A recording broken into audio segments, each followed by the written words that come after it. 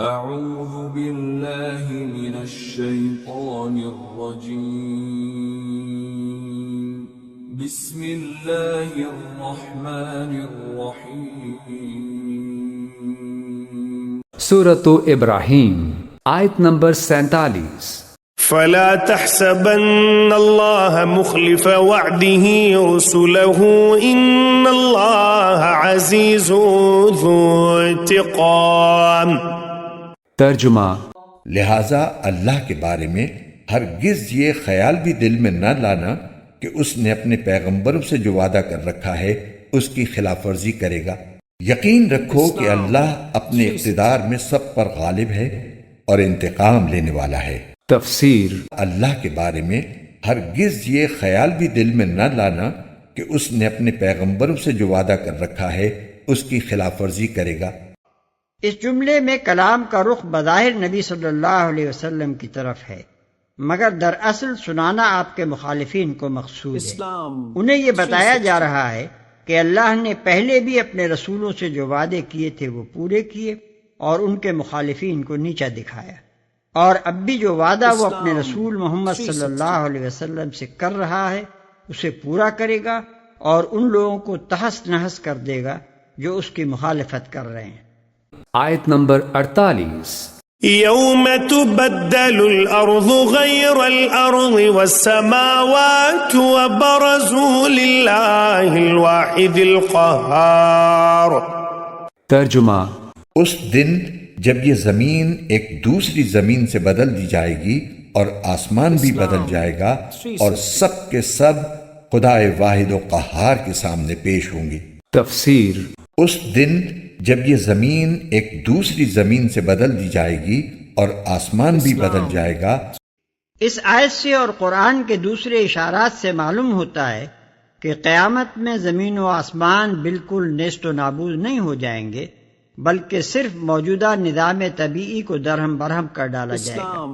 اس کے بعد نفخ سور اول اور نفخ سور آخر کے درمیان ایک خاص مدت میں، جسے اللہ تعالیٰ ہی جانتا ہے، زمین اور آسمانوں کی موجودہ ہیئت بدل دی جائے گی اور ایک دوسرا نظام طبیعت دوسرے قوانین فطرت کے ساتھ بنا دیا جائے گا، وہی عالم آخرت ہوگا۔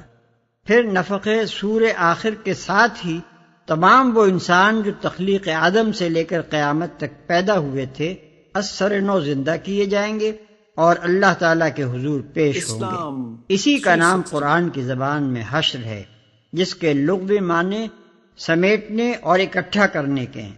قرآن کے اشارات اور حدیث کی تصریحات سے یہ بات ثابت ہے کہ حشر اسی زمین پر برپا ہوگا، یہیں عدالت قائم ہوگی، یہیں میزان لگائی جائے گی اور قضیہ زمین برسر زمین ہی چکایا جائے گا۔ نیز یہ بھی قرآن و حدیث سے ثابت ہے کہ ہماری دوسری زندگی جس میں یہ معاملات پیش آئیں گے محض روحانی نہیں ہوگی، بلکہ ٹھیک اسی طرح جسم و روح کے ساتھ ہم زندہ کیے جائیں گے جس طرح آج زندہ ہیں، اور ہر شخص ٹھیک اسی شخصیت کے ساتھ وہاں موجود ہوگا جسے لیے ہوئے وہ دنیا سے رخصت ہوا تھا۔ آیت نمبر 49۔ وَتَرَى الْمُجْرِمِينَ يَوْمَئِذٍ مُقَرَّنِينَ فِي الْأَصْفَادِ۔ ترجمہ، اور اس دن تم مجرموں کو اس حالت میں دیکھو گے کہ وہ زنجیروں میں جکڑے ہوئے ہوں گے۔ تفسیر، وَتَرَى الْمُجْرِمِينَ يَوْمَئِذٍ مُقَرَّنِينَ فِي الْأَصْفَادِ، اور تم دیکھو گے مجرموں کو اس روز کہ وہ جکڑے ہوئے ہوں گے باہم زنجیروں کے اندر۔ آیت نمبر 50۔ سرابيلهم من قطران وتغشى وجوههم النار۔ ترجمہ، ان کے قمیص تارکول کے ہوں گے اور آگ ان کے چہروں پر چھائی ہوئی ہوگی۔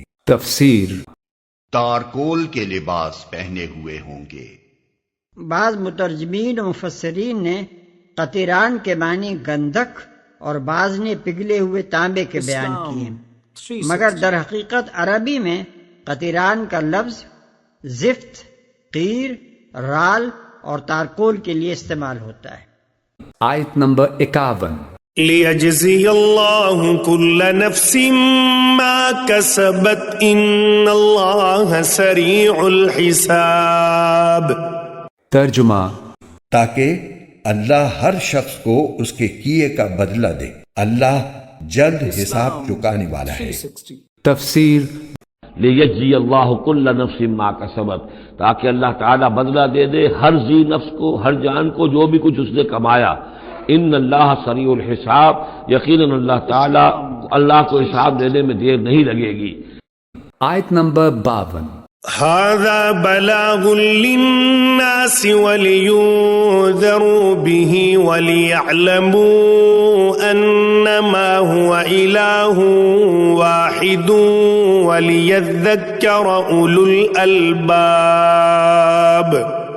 ترجمہ یہ تمام لوگوں کے لیے ایک پیغام ہے اور اس لیے دیا جا رہا ہے تاکہ انہیں اس کے ذریعے خبردار کیا جائے اور تاکہ وہ جان لیں کہ معبود برحق بس ایک ہی ہے، اور تاکہ سمجھ رکھنے والے نصیحت حاصل کر لیں۔ تفسیر ھذا بلاغ للناس ولینذروا به، یہ ہے لوگوں کے لیے پہنچا دینا۔ ابلاغ، بلاغ، تبلیغ، یہ لوگوں تک پہنچانے کے لیے ہے۔ پہنچانے کی ذمہ داری محمد پر ہے صلی اللہ علیہ وسلم، اور محمد کے بعد محمد کی امت پر ہے علی صاحب الصلاۃ والسلام، کہ اللہ کے رسول نے پہنچا دیا انہیں، اب ان کے ذمے ہے تمام انسانوں کو پہنچانا۔ ھذا بلاغ للناس ولینذروا به، یہ ہے پہنچا دینا لوگوں کو، اور یہ کہ اس کے ذریعے سے خبردار کر دیے جائیں، اس قرآن کے ذریعے سے، بہی اس کے ذریعے سے۔ یہ سورہ انعام کی آیت بھی یاد کر لیجئے، یہ اوحی الی ھذا القرآن لانذرکم بہ ومن بلغ، یہ قرآن میری جانب وحی کیا گیا ہے تاکہ میں خبردار کر دوں تمہیں بھی اس کے ذریعے سے اور جس تک بھی یہ پہنچ جائے۔ وَلِيَعْلَمُوا أَنَّمَا هُوَ إِلَٰهٌ وَاحِدٌ، اور تاکہ وہ یہ جان لیں کہ وہ تو اللہ ایک ہی الہ ہے، واحد، اکیلا۔ وَلِيَذَّكَّرَ أُولُو الْأَلْبَابِ، اور تاکہ جو ہوش مند اور عقل والے لوگ ہیں وہ اس سے نصیحت اخذ کریں۔ صدق اللہ العظیم۔